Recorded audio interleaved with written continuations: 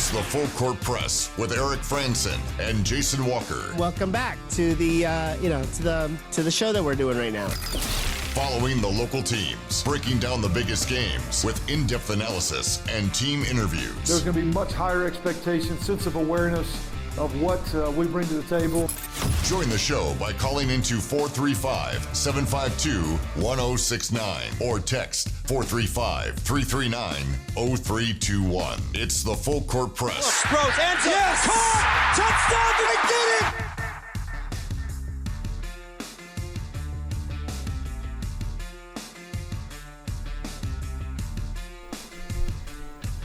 Hey, what's going on, everybody? Eric Franson and Jason Walker here on the Full Court Press.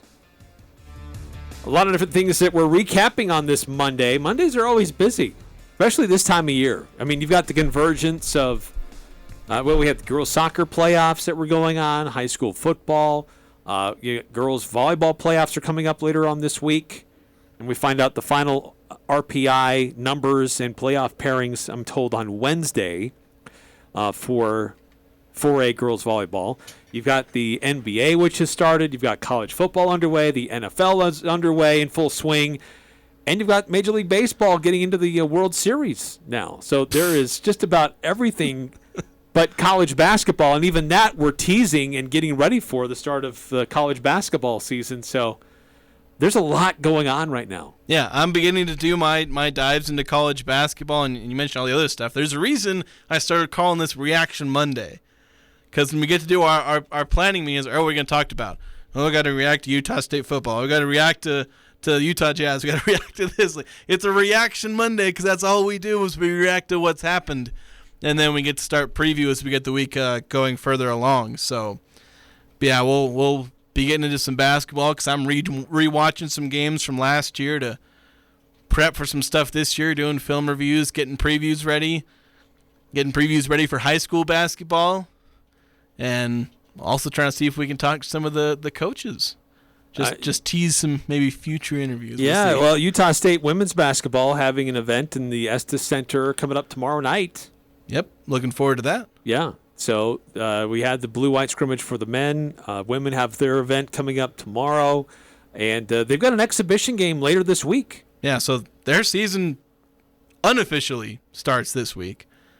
I'm excited for the women's team because, for the men's team, there were some questions I had, some players I wanted to see, players that maybe I've technically seen before but wanted to see step into a bigger role.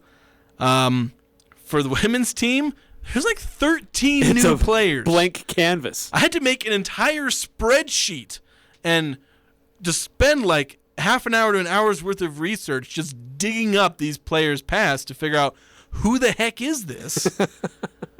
And, I put that on my Twitter if you want to go dig up and find it. I tweeted out like a month ago. But who are they? What role will they play? Yeah. Oh, so I did it was a little pet project, try and predict stats for the men's basketball team.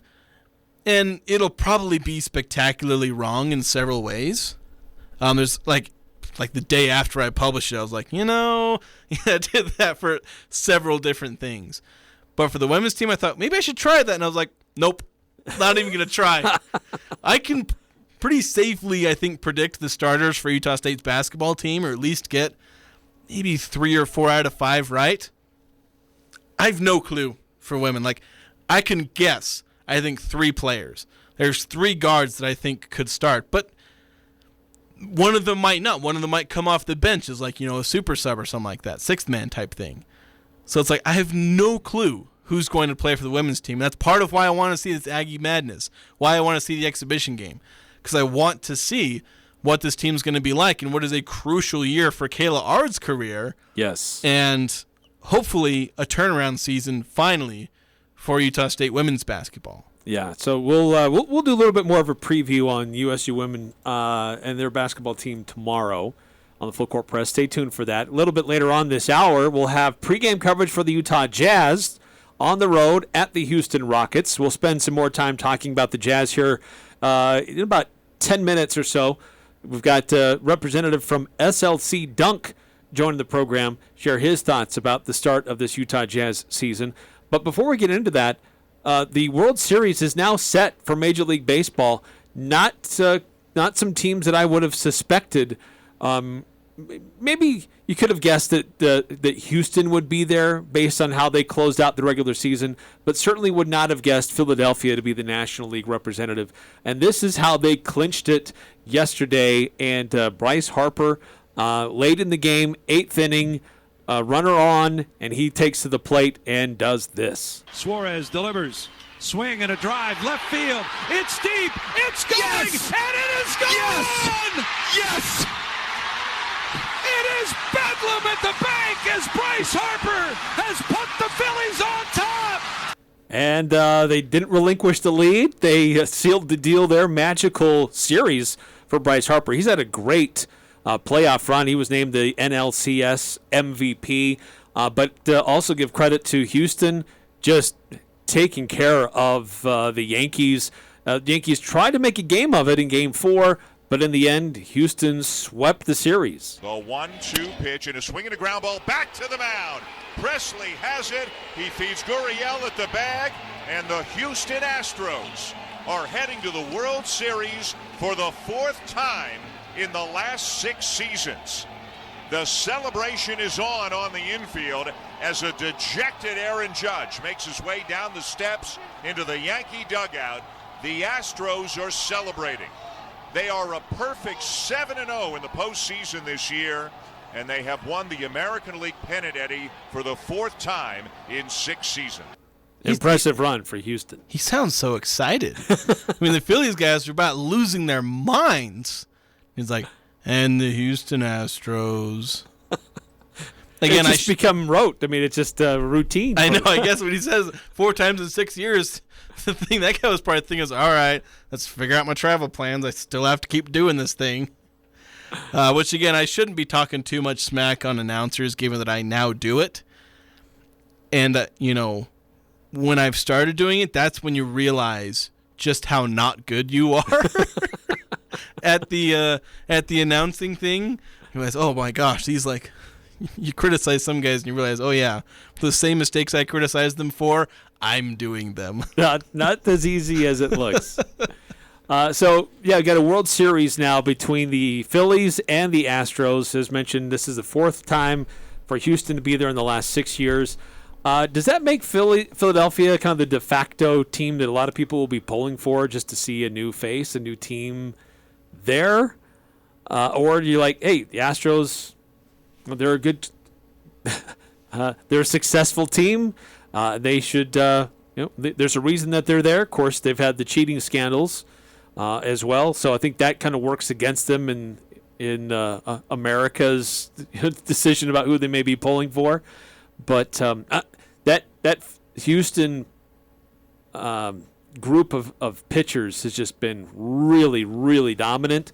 And so it's going to be great pitching versus some hot bats from Philadelphia. Who will have the edge? I think it's going to be lining up for a fun series. Yeah, I certainly hope so. And I might actually finally turn on some baseball. Usually it's the World Series that I turn on and watch 1 or 2 of the games if I can.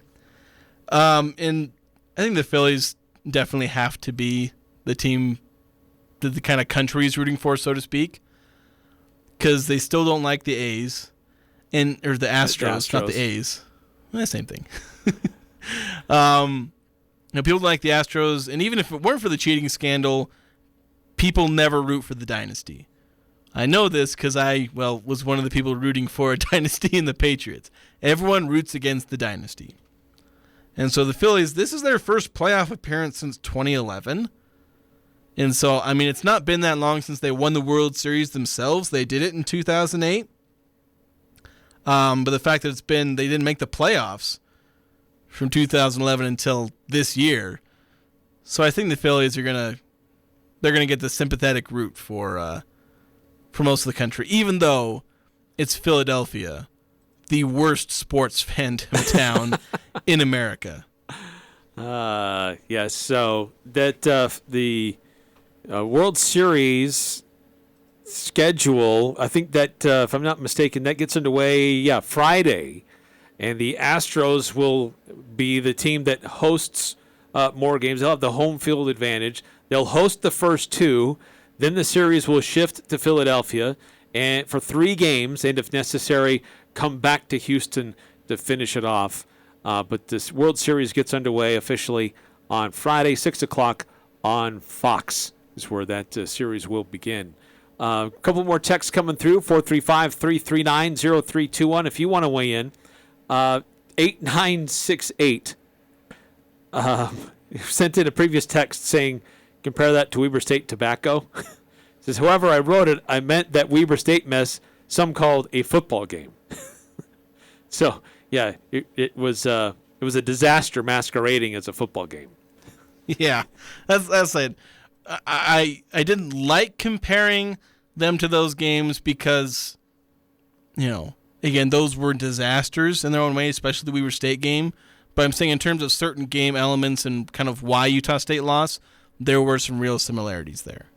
5338 with a couple of texts. With all 4 years of my college eligibility to use, I've decided to try out to be the new long snapper at Weber State. Yeah, they're probably looking for a new one. Oh, my word. In a close game, they give up 8 points on safeties because the long snapper just sails it over the punter's head. 4 safeties in the game, that has to be a record. That was terrible. That just absolutely has to be. I don't see how else it could be. 2 safeties in a game is stupidly rare enough. 4? And all in the same manner. How they happened. It's nuts. 5338 with another text. I hope Coach A was watching the Syracuse-Clemson game Saturday so he can learn what to do with a starting quarterback who underperforms. I watched that game too. Yeah, Clemson's quarterback, who's been a big name, was struggling, and Dabo Swinney pulls him just to give a change-up for his team, and it helped. Now, Syracuse making the several boneheaded plays that gifted yards and kept the drive alive for Clemson also helped, but it definitely was a big decision to swap out the quarterback for Clemson. Eventually, they got the win. Yeah, certainly. So, yeah, and I think I heard that I can't pronounce the Clemson quarterback's name. I think I said he's still going to be like the starter. So it'll certainly be interesting in that situation going forward, especially since Clemson's so highly ranked. I'd kind of forgotten about Clemson, but then you realize they're still like in the top 10, top 5, I think. So, yeah, curious to see what's going on with Clemson there. Yeah, interesting choice, interesting coaching decision.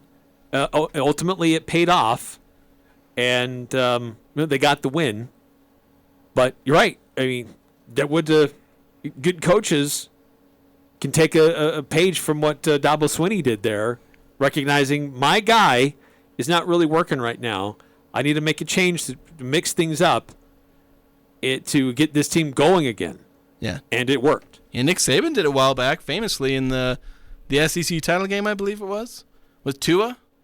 Can't remember if it was the SEC title game or the semifinal game.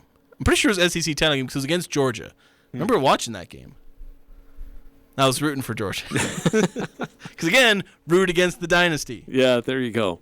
Well, one team that's definitely not a dynasty, but having an interesting start to try to put some things together here, the Utah Jazz. This is a team that everybody before the season was predicting, they're going to tank. They might win 20 games. They're all in on trying to be, contenders for the draft in June rather than competitive in the season that starts in October. But certainly it hasn't gone according to script, according to how some people were predicting. Yeah. People like me? Yeah, and it's been a really fun start of the season for the Utah Jazz. And James Hansen joins us. He's a contributor with SLC Dunk and weighing in on what's going on with the Utah Jazz. So how you doing, James? I'm doing good. Thanks for having me. Yeah, we're glad to have you on. So again, the site manager for SLC Dunk, I've done some writing for them, but James obviously being the superstar with that blog, I know. But I guess just the first question you kind of have to ask is, what on earth is going on with this Jazz team? Well, that's a good question. I think they've surprised, not only their fans, but everyone in the media. Everyone in the media kind of and the fans just kind of expected that this would be a tanking season. And all they've done is play incredible defense. They've been an unstoppable offense and are now 3-0 and look really, really good. I guess, where do you start? I mean, I think a lot of this team is a bunch of cast-offs from other teams that didn't quite live up to the potential I think other teams had for them. And everyone kind of has a similar story. And so what you have is a group of guys that have a collective chip on their shoulder, and they go out and they play hard. They have enough talent that they're keeping up with everyone that they're playing with. And I think another big thing is that Will Hardy has been an incredible coach that has, he's set up game plans that help them succeed, but also these players are playing hard. They are playing as a team. It's just a really fun team to watch. It's been pretty remarkable. So through just 3 games, granted it's still a very young season here, but Utah is number 1 in the NBA in points per game. They're number 1 in the NBA in assists per game. They're number 1 in the NBA in steals per game. Now they are pretty low on turnovers per game at 24th, but this is a team that's been very active in how they share the ball and that multiple guys can come at you. There's not one or two guys that leads the team, and that's also what's kind of fun about watching this team is that different guys can have runs there where they can start pouring it on and help this team out in different ways. Oh, that's exactly it. It's a team that it's one of the more versatile teams we've seen in a long time. Like you said, every player on this team can both dribble the ball, they can pass it, they can go to the rim, they can score at the rim, and they have a lot of shooters. And so, for example, you'll see different guys on different nights. And like you said, it's only 3 games. But, for example, Kelly Olynyk had 5 assists last night from the center position.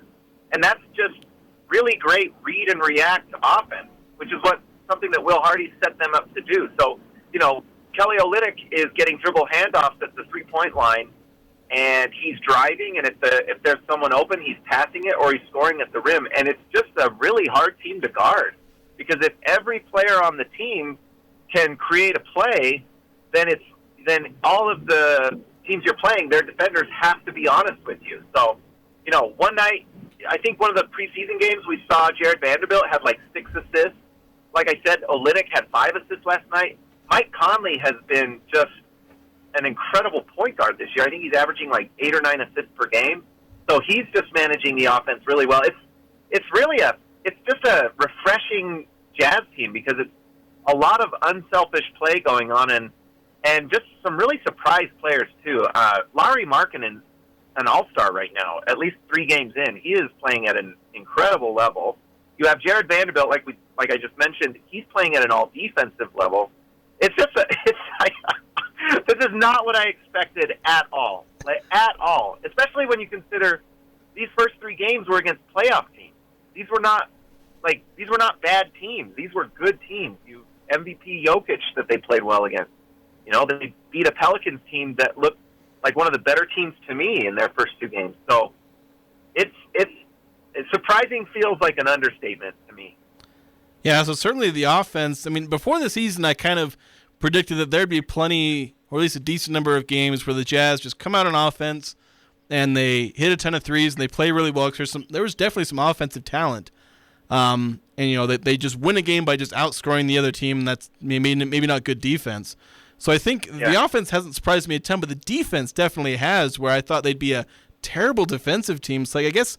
What's the key defensively where a couple of these games they've been almost as good on defense as they have been on offense? Oh, yeah. I mean, they've been top 5 efficiency in offense, but also in defense. I think that's the really surprising one because, they traded one of the best defensive players we've ever seen, especially Utah, Rudy Gobert, and they're still a top 5 defensive team, if not a better defensive team, because I think they ended last season efficiency-wise at number 9. So right now they're sitting in top 5, and obviously it's the first 3 games. But I think what you're seeing is you have a lot more size on the floor. So, for example, you have with Larry Markkanen at the small forward. You have Kelly Olynyk playing kind of power forward center, and then you have Jared Vanderbilt playing like a power forward center hybrid role. So it's a much bigger lineup, and those guys are able to switch. And so there's a lot of switching going on. There's a lot of versatility on defense. I mean, it's kind of the name of the game for the Jazz right now. It's just versatility. A lot of players that can play multiple roles and can defend multiple positions. And it just, when you do that, you can really match up well against multiple teams, and it allows your offense and defense to be simpler, to be honest. All you have to worry about doing on defense is switch. That's so much easier than when you're trying to manufacture drives into Rudy Gobert and things like that. It just gets very hard, and in the playoffs it gets even harder. And so when you have a team like this Jazz team where you have multiple guys that are big, long, they can switch, it just makes defense easier. And I tell you what, they just have some guys playing incredible defense. I think Jared Vanderbilt looks like a first-team all-defensive guy right now, just with how he's going from side to side. The only thing he needs to do is stop fouling so much. If Jared Vanderbilt could stay on the floor longer, he'd be even more impactful. James Hansen, site manager for SLC Dunk. And doesn't this team, the way that it's constructed and put together, look like what we've been asking for and begging for from the Utah Jazz for the last several seasons? Depth in multiple players that can defend multiple positions on the wing, bigs who can draw out and shoot from the outside. I mean, this seems like this is the roster that a lot of us were hoping the Jazz could figure out along with the stars that they had. It just seems like it's fun right now, but I wonder how long it's going to be able to last. Yeah, I think that's the question, because I think there's two things going on. One, I think the Jazz are playing above their talent level, which I think is a great sign for your head coach. But I think, too, there is a little bit of teams are just not quite sure what to expect from the Jazz. So it'll be interesting as the season goes along. Do teams figure out the Jazz and kind of how to attack them and defend them? And is that when things start going downhill? Or do the Jazz kind of adjust and figure out how to stay good? That's going to be kind of the big question this season is can they keep this up? Because right now they're playing at an elite level. They're a top 5 team in the league right now. It's not number 1. So that's going to be really fun to watch. Can they keep this up? Because there are signs that this is pretty sustainable, and then there are some signs that it might be a little bit of luck involved, because they have won 2 overtime games, and they beat the Pelicans, who lost Brandon Ingram and Zion Williamson. But you know what? It's still a hard game. You still had to beat them, and C.J. McCollum was hitting big-time shots last night, and they still found a way to win that game. And that's another thing that's changed from last season, is how many times did we watch the Jazz give up leads late in the fourth? And in 2 of the 3 games, we've seen the Jazz in an overtime win a tough game. So I think it says a lot about the players. It says a lot about the coaching. I think this is a team that's filled with just tough-minded guys. So it's a really fun season, and it's been honestly a blast. Yeah, so obviously the will it last is kind of the big question, as you mentioned. I guess one player in particular I'm kind of wondering, will it last, is Lauri Markkanen, because he's the guy who I know a lot of people are kind of excited for, and I was kind of, I was being like the doubting Thomas, just like saying, okay, he's going to be good. Maybe he can be the leading scorer. But he's obviously playing a lot better than anybody anticipated. And you mentioned him maybe playing at an all-star level right now. I guess the question is, in your opinion, do you think he could maintain that? And maybe some of the politics around being an actual all-star could get in his way, even if he does play like this. But, do you feel like he could kind of deserve an all-star bid at some point? Well, if they did it today, I think he'd be on there. There's a few things that I think are actually a good sign. One, he hasn't shot the ball at an extremely high level from 3. His 3-point shot is actually not, like last night, I think he was 2 for 10 from 3, but he was like over 50% from the field. And we know that Lauri Markkanen can shoot the 3, so if you imagine that 3-point shot will actually get a little bit better. I think what's been so surprising is just that mid-range game from him and his ability to drive. He's actually done a lot in transition. So, I think, honestly, one of the biggest things for him is just health. Can he stay healthy? I think that's one of the things that's been an issue for Markkanen in the past, is just injuries. But we're seeing now that, man, he can really play if he gets an opportunity, and he's in an offense that fits what he does. And so I think there's some signs that he can keep it up. I don't know if he's going to keep up this level of scoring because I think a lot of teams are going to adjust, and maybe that's the adjustment that other teams do is start kind of focusing on Markkanen to try to take him out of the game. But it's really hard with the way this Jazz team plays because they're playing unselfish, and if they load up on Markkanen and if he's making reads and making the right pass, then other guys are scoring. And so it's just there's some things with this that seem a little bit sustainable. I don't want to get my hopes up too much, And honestly, I'm kind of it's just so hard because I have been watching lots of Victor Wembanyama video, and that's seeming like not as likely now just because the Jazz seem very good, and it's hard to imagine them not at least keeping up somewhat of this level unless they make some sort of trade. But yeah, so I guess on that subject is does Danny Ainge sabotage this hot start by maybe making a trade, either Mike Conley or somebody else? I don't know. I mean, only Danny Ainge knows that for sure. I mean, I have a hard time imagining them not wanting to make at least some sort of move. I mean, I know that they're playing well, and it is a fun season right now. And you do want to give Will Hardy a chance to really grow as a coach as well. That's the other aspect that needs to develop this year is just Will Hardy in general. I think, after 3 games, I think we've kind of seen what he can do. And I think that's the thing. I don't know what Danny Ainge would say in the front office, but I know you see what Danny Ainge is doing with Lauri Markkanen and Colin Sexton, and Jordan Clarkson had 6 assists last night. When you see kind of what he's done with them, what happens if you give him an elite-level guy like a Scoot Henderson or a Victor Wembanyama or a Ahmed Thompson? It's kind of exciting to think that, the Jazz might have really hit on a coach. And if you can find a way to get just an elite couple of guys and then put nice role players around them, Will Hardy might be the guy that brings the title to Utah. And I don't think that's being crazy. I think that if you can find a way, but the thing is, the only way you bring elite talent to Utah is if you draft it. That's how you got John Stockton, Karl Malone, Darren Williams, Donovan Mitchell, Rudy Gobert. If you don't get that in the draft, it's very hard to get it otherwise. And so I think that at some point we probably see some sort of move. Conley seems like the spoon that stirs this soup a little bit, and so if they want to try to lose a few more games, they might end up making that move. That's the other thing that's crazy is the first 20 games are their hardest stretch of the year, and they're 3-0. So it's you can see them playing pretty well after these 20 games. They're playing teams like the Pelicans, or not the Pelicans, the Thunder, and they play the Rockets tonight. I mean, they would string off some wins, I think. And so I wonder if Danny Ainge does make a move at some point, just because if you can get one of these top-level guys, that would be great. The other thing is they have a ton of picks. And so if something bad happens with the Wolves or with the Cavs and one of those picks becomes a top 5 pick, then you don't even have to tank. So in some ways, the Jazz can kind of have their cake and eat it too. But I think they'd probably like to take control of their destiny a little bit more than that, I guess. But it's going to be interesting to see. Well, I think one of the things that people need to remember is that, and I've had to force myself to go back and reevaluate his comments, but Danny Ainge in the offseason said, we are working on accumulating assets or developing assets to be aggressive next year. And I think a lot of people have taken that to mean we're going to be aggressive in the draft.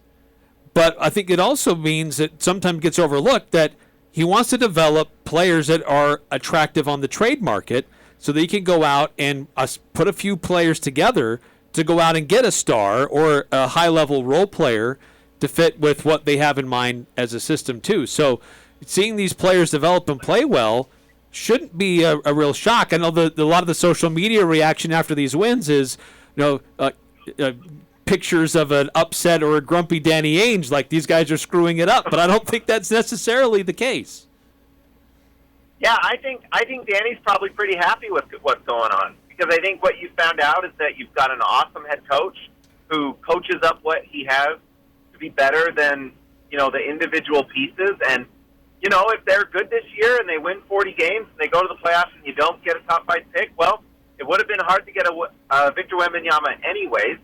But you can, maybe in the draft, you combine all 3 picks to maybe move up to get at least one guy you do like or something like that. Or like you said, maybe a team comes and they have a all-star they don't want to pay, and you can say, well, we'll give you these guys and one of our picks and we'll take him. And there's different ways that they can get talent to Utah. It's just, outside of the draft, it's just harder, but it doesn't mean it's impossible. And the good thing about the Rudy Gobert trade and the Donovan Mitchell trade is that they have basically the currency of the NBA is first-round picks, and they have a ton of them. And so if you're trying to outbid someone for a star, you have the picks to do it now. So, if in the future, this offseason we saw that Kevin Durant was available, but there were not teams out there that had enough picks to make that happen. In the future, is there a superstar like that maybe you add to a core like this and you win a title kind of like the Toronto Raptors did when they got Kawhi Leonard? That's another way you can get a star and win a championship. So there's not one way to win a title, and I think the idea that you have to win it one specific way isn't necessarily true. You can win it in multiple ways. It's harder in certain ways with a smaller market, but it's not impossible. Toronto proved you can win a title, and you don't have to always do it just through the draft. So. Yeah, I think that is interesting. If the Jazz maybe take those picks and use them to bring in an all-star, but James Hansen, the all-star of SLC Dunk, site manager there. Thanks for joining us. You bet. Thanks for having me. That was fun. Yeah. All right, thanks, James. Folks want to see more of what James or others on the site have to offer, where can they find it? Yeah, I'll be slcdunk.com.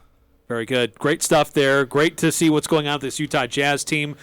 We will cut into our show a little bit because of pregame programming for the Utah Jazz as they're on the road taking on Houston. And because of that, we do need to take a quick timeout right now here on the Full Court Press.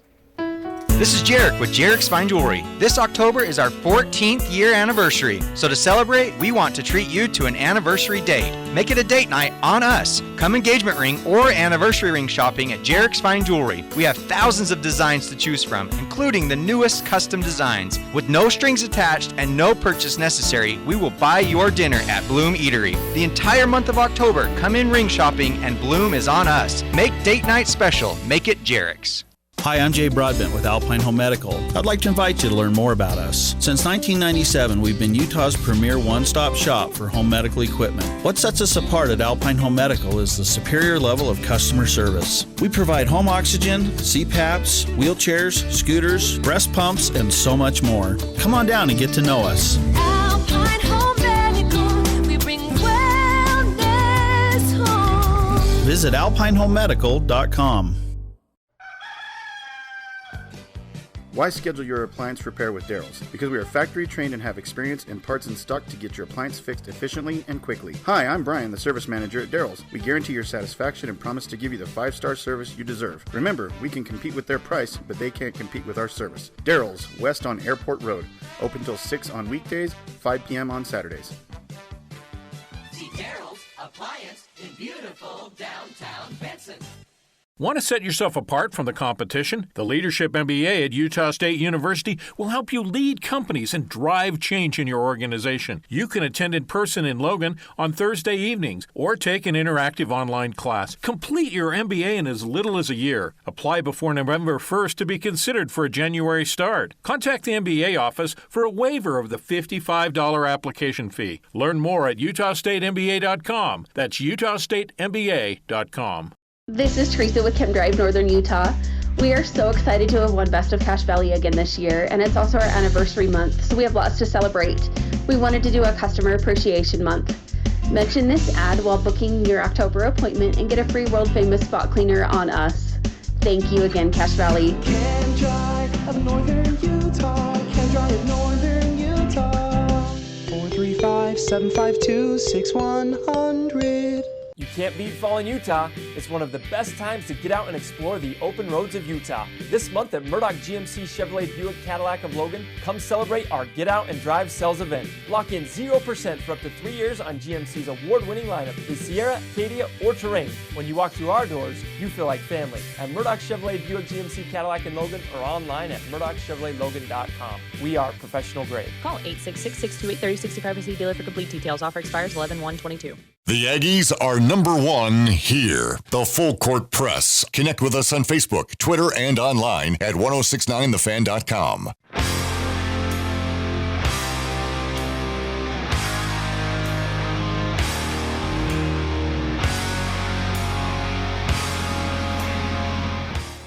At Mountain West Motor, every truck and SUV is unique and has been customized, so you'll be ready for your next adventure. Plus, you'll be equipped with all the right gear like traction boards, rooftop tents, racks, outdoor jacks, and more. They're open at 615 North Main in Logan. Mountain West Motor. You can also visit them online, mwmotor.com. Once again, big thanks to James Hansen, site manager for SLCDunk.com. They write about the Utah Jazz. A lot of great stuff there. And crazy great start for the Utah Jazz that I don't think any of us saw coming. No, I certainly did not, and I'm certainly eating a bit of crow right now. I know, and I took some flack from fans like how bad I was expecting this team to be, and they are not that team at all right now. And maybe this is kind of a magical start that's a prelude to more of what I was expecting. But a lot of people saying, hey, remember the 76ers of a few years ago. They started off 3-0, and they ended up winning 19 games total. Yeah, I think was that the Michael Carter Williams? Like they beat the reigning champion Miami Heat in like game 1. Yeah, we'll see. But I think this team is more talented than that 76ers team. Because, in the one thing I said before the season is, look, this team has offensive talent. That's the one thing I knew was there. I know it when I see it. Markkanen and Olynyk and Clarkson and Malik Beasley and Mike Conley and just there's a lot of Colin Sexton. Yes. There's a lot of offensive talent. My worry is they were going to be a really bad defensive team, and so while they'd win games by just scoring a ton of points, they'd lose any game where they just weren't hot, really hot on offense. But that's not been the case. Not been the case. They're playing really good defense. Right, and their ability to withstand adversity has been notable too. Yeah, they kind of blew the lead against the Pelicans, and even I think a little bit against the T-Wolves. I may be misremembering that game slightly, but against the Pelicans they blew the lead, still won.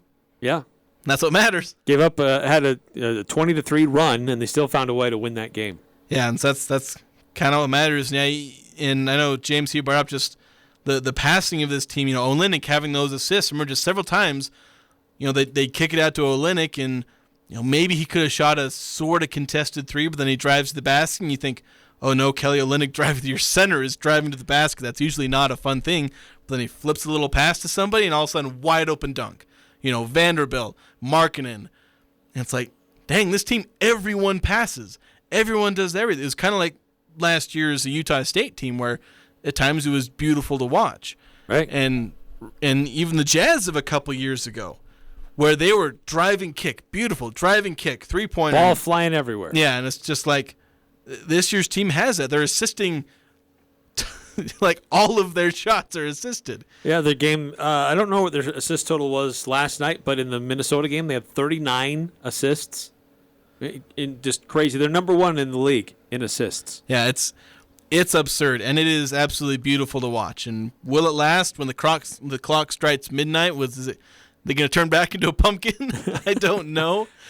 At some point, teams will start to figure out how to defend this squad. Yeah. They're catching a lot of people off guard, but boy, it's fun while it's going. Yeah, it's fun while it lasts. Like I said, and I said this before, it's like enjoy the team for what it is, but don't expect too much of them.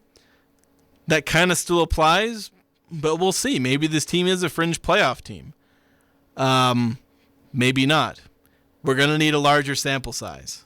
All right, a bunch of texts come through during our interview. We'll get to those. 6891 texting in. You guys are correct about Weber State. They set the record for the most safeties in a game. That was 4 safeties. Not good. 9315. I see a win for USU football this week. Got to win the bye week. Yeah, if you lose the bye week, I don't know what losing the bye week would look like.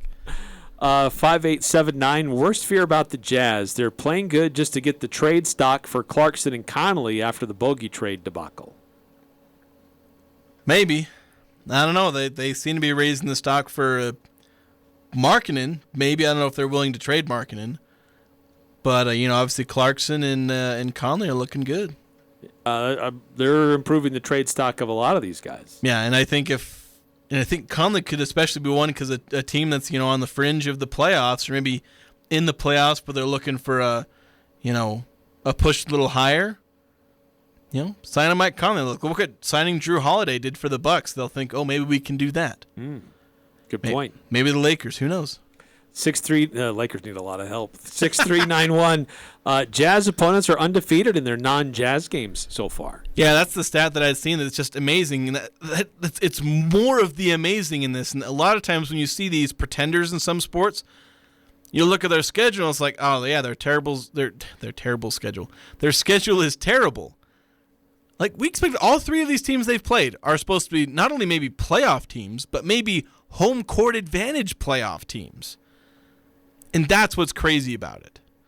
The fact that those are the teams they're beating and going toe-to-toe with and playing good defense against and scoring against. It's like, what is this team? 8968. The Jazz seem what I hope the Aggies are, a collection of good players that want to play together and be a team. Yeah, and I think that's an excellent comparison. We've had multiple, or did the other texter bring it up, or did I bring it up myself? I think you brought that up. Okay, so we're definitely on the same page there, where we could see this from this year's Aggies, hopefully. Right, we talked about that. This Aggie team is going to be the sum of its parts rather than one or two stars. And we're seeing the proof of how that can work with what Utah Jazz are doing right now. And this Utah State men's basketball team could be somewhat similar mold of what is happening right now in Salt Lake. Yeah, and the great thing is when you combine all of that, and again, it doesn't always work at the pro level, and it sometimes works at the college level. We saw it kind of work with Stu Morrill's teams where they didn't have like a superstar scorer outside of the years where they had J.C. Carroll. Usually they had guys scoring in the 13, 14-point range. But they played really good defense, and there were other ways that they won. They're also low possession teams, low number of possessions. But, this year's Aggie team, you could talk about the sum of its parts. If they play the right way, then the whole is greater than the sum of its parts, as the saying goes. Yeah. When that's what the Jazz are right now. The sum of their parts is as I predicted, like a sub-30 win team. That's the sum of their parts. Right now, they're playing like a 50-win team. And that's not who they are if you just look at the roster. On paper, they're a lottery team. All right, another quick timeout here in the Full Court Press with some additional thoughts before we hand it off to the Utah Jazz. S.E. Needham Jewelers is where Utah gets engaged. We offer a large selection of personalized service and extraordinary benefits with our integrity price guarantee. At Match Quality, you'll find our prices to be as low or lower than any store in the state. We consistently beat any 50 to 70% off sales, internet pricing, or so-called wholesale deals. In fact, we even price our diamonds at internet pricing, so you'll get S.E. Needham quality at internet prices. Open Monday through Saturday 10 to 7, where Utah gets engaged. S.E. Needham Jewelers, middle of the block, at the sign of the clock. Thermo Fisher Scientific is hiring for their manufacturing, distribution, and warehouse team. And that's great news for anyone seeking a rewarding career. Thermo Fisher offers positions across multiple shifts, competitive compensation, health benefits, paid time off, bonuses, and an excellent work environment. Help Thermo Fisher make the world healthier, cleaner, and safer. Visit job.thermofisher.com and search Logan. Thermo Fisher Scientific is an equal opportunity employer. Interviews, analysis, and a little bit of fun mixed in. The Full Court Press on Sports Talk Radio, 106.9 FM, 1390 AM. The Fan. Eric Frantz and Jason Walker, and we'll get out of the way for Utah Jazz pregame coverage coming up at 5:50 as they're in Houston to take on the Rockets. But how are those former Jazz players doing in their new digs? In the new surroundings? Certainly Donovan Mitchell having a great start in Cleveland. He's averaging 33.3 points per game for them. And he's doing pretty amazing. Rudy Gobert, 15.7 points, 18 rebounds per game. Bojan Bogdanovic averaging 19.3 points in Detroit. And 4 rebounds, shooting 50% from 3. And Royce O'Neal, 8.5 points, 5.5 rebounds per game in Brooklyn. Is Joe Ingles playing yet in Milwaukee? I don't think Joe Ingles is playing yet. Okay, because I think he's still rehabbing from the his injury. Yeah. Yeah, so obviously everyone seems to be coming out in the better end of these trades. The Jazz got what they wanted, and Olynyk seems to be paying off a little better than we expected him to. But everyone's doing all right so far. It's a win-win-win. Yeah, gotta love those. I know some people are already starting to sour on Donovan Mitchell. I still like Donovan, still like Rudy. So I'm glad that all these guys are playing good. Right. They're having some success in their new surroundings. Jazz are winning without them. That's always encouraging. It's weird. That's what it is. So it's kind of fun. But Utah Jazz at Houston tonight. Pregame coverage at 5:50. Here coming up in just a couple of minutes. Tip-off at 6 o'clock with David Locke and the Utah Jazz Radio Network. Once again, big thanks to James Hansen for joining us earlier from SLC Dunk. Go to their website to find out a lot more great content about the Utah Jazz. Thanks again for tuning in and being part of the show. We'll be back again tomorrow and reacting to what happened in Houston from the Utah Jazz. Until then, have a great night, everybody. Northern Utah and Southern Idaho's home for sports. 106.9 FM, 1390 AM. The Fan.